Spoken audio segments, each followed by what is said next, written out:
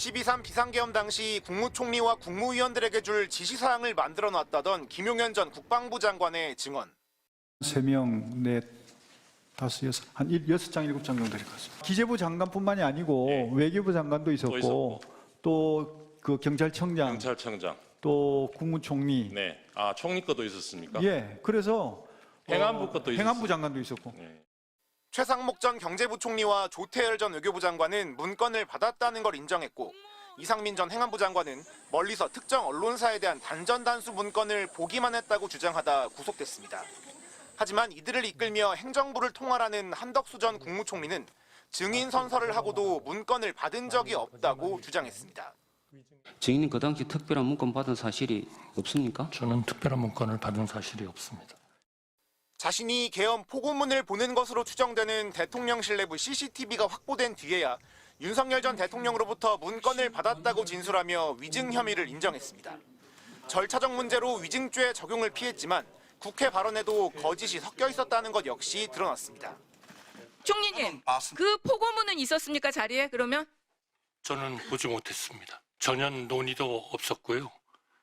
당연히 그런 것들이 있었으면은 정식 안건으로서 이렇게 제기가 됐어야 될 텐데 전혀 그런 거 없었습니다. 구속영장은 기각됐을지라도 국정을 책임지는 총리가 본인의 안위를 위해 국민 앞에서 거짓말을 해왔다는 사실은 분명히 남아 있습니다. 저에게 물은 모든 것에 대해서 진실의 기초를 두고 국회에 오셔서 진술하신 거 외에 저는 조금도 부끄러움은 없습니다. 구속영장이 기각된 뒤에도 한 전 총리는 어떠한 해명도 없이 구치소를 떠났습니다. MBC 뉴스 이준범입니다. 여당 국민의힘 한동훈 대표와 정부 2인자인 한덕수 국무총리가 나란히 섰습니다. 공동담화 발표 장소는 정부 청사가 아닌 여당 국민의힘 당사였습니다. 먼저 발언에 나선 것도 한동훈 대표였는데 질서 있는 대통령 조기 퇴진을 공식화했습니다. 질서 있는 대통령 조기 퇴진으로 대한민국과 국민들께 미칠 혼란을 최소화하면서 안정적으로 정국을 수습하고 윤 대통령은 외교를 포함한 국정에 관여하지 않을 것이어서 조기 퇴진 과정에 혼란은 없을 거라고 주장했습니다. 국민 10명 중 7명이 윤 대통령 탄핵에 대해 찬성한다는 여론조사 결과가 나왔지만 한 대표는 윤 대통령이 국정을 당에 맡긴 걸 국민의 명령이라고 표현했습니다. 윤석열 대통령도 국민의 명령에 따라 임기를 포함하여 앞으로의 전국 안정 방안을 당에 일임하겠다고 약속했습니다. 임기 단축 개헌인지 거국 내각 구성인지 아니면 자진하야인지 구체적인 조기 퇴진 방식은 언급이 없었는데 국민이나 정부, 야당과 상의하는 게 아니라 여당 안에서 논의하겠다고 선을 그었습니다. 당내에 논의를 거쳐서 그 구체적인 방안들을 조속히 말씀드릴 것입니다. 앞으로 국정 안정을 위해서 국민의힘 대표와 국무총리가 매주 한 차례 이상 회동하고 자주 소통하겠다고 예고했습니다. 이어 발언에 나선 한 총리는 내년도 정부 예산안 통과를 부탁하며 국회를 향해 몸을 낮췄습니다.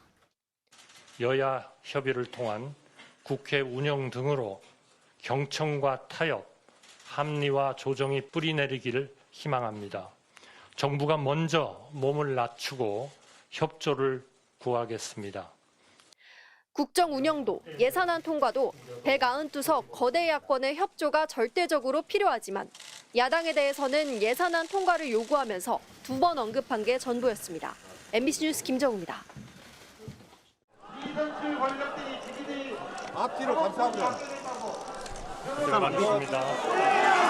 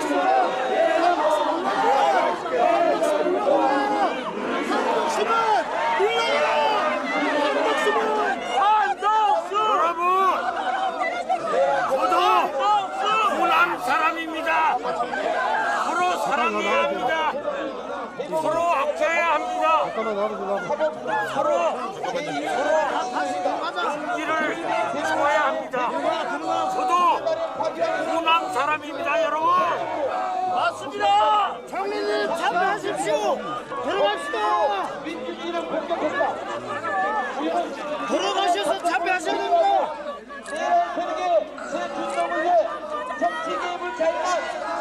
참배하십시오.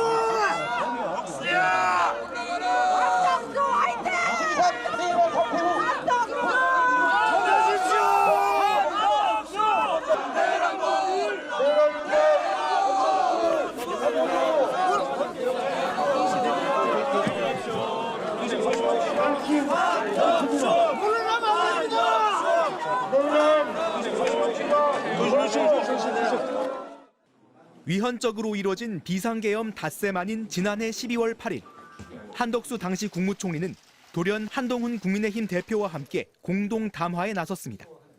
한치의 국정 공백도 있어선 안 된다면서 계엄 해제안 표결에 대거 불참했던 당시 여당과 함께 전국을 수습하겠다는 거였습니다. 여당과 함께 지혜를 모아 모든 국가 기능을 안정적이고 원활하게 운영하겠습니다.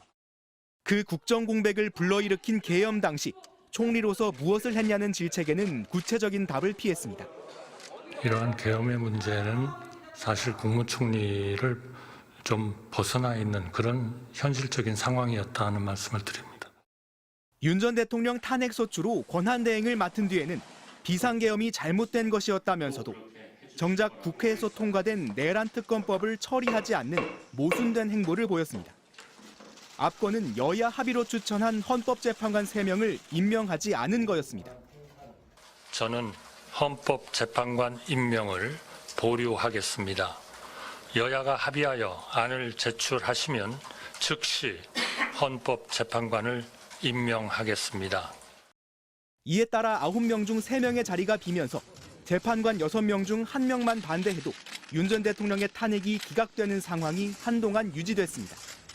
형식적인 절차에 불과했던 헌법재판관 임명을 미루며 권한대행은 최소한의 권한만 써야 한다고 주장했던 한 전 총리는 대통령의 고유 권한인 거부권은 수차례 쓰며 쟁점 법안들의 처리를 막았습니다. 결국 자신도 국회에서 탄핵 소추됐지만 기각 결정으로 석 달 만에 복귀한 뒤에는 마지막 소임으로 대선을 잘 관리하겠다고 공언했습니다.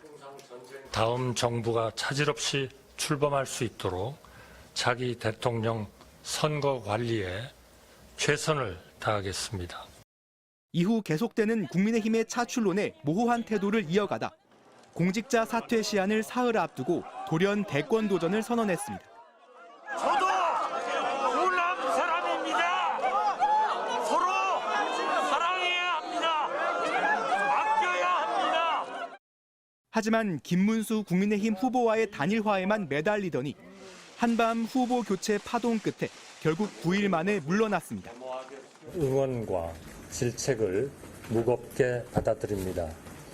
모든 것을 겸허하게 수용하고 승복하겠습니다. 계엄으로 혼돈에 빠진 국정을 수습해야 할 대통령 권한대행을 맡았지만 시종일관 모순적이고 이해할 수 없는 행보로 혼란을 증폭시킨 한 전 총리. 자신이 그토록 막고자 했던 내란 특검 수사가 본격화하면서 이제 그 의문스러운 행적의 비밀도 풀리게 될 것으로 보입니다. MBC 뉴스 홍익표입니다.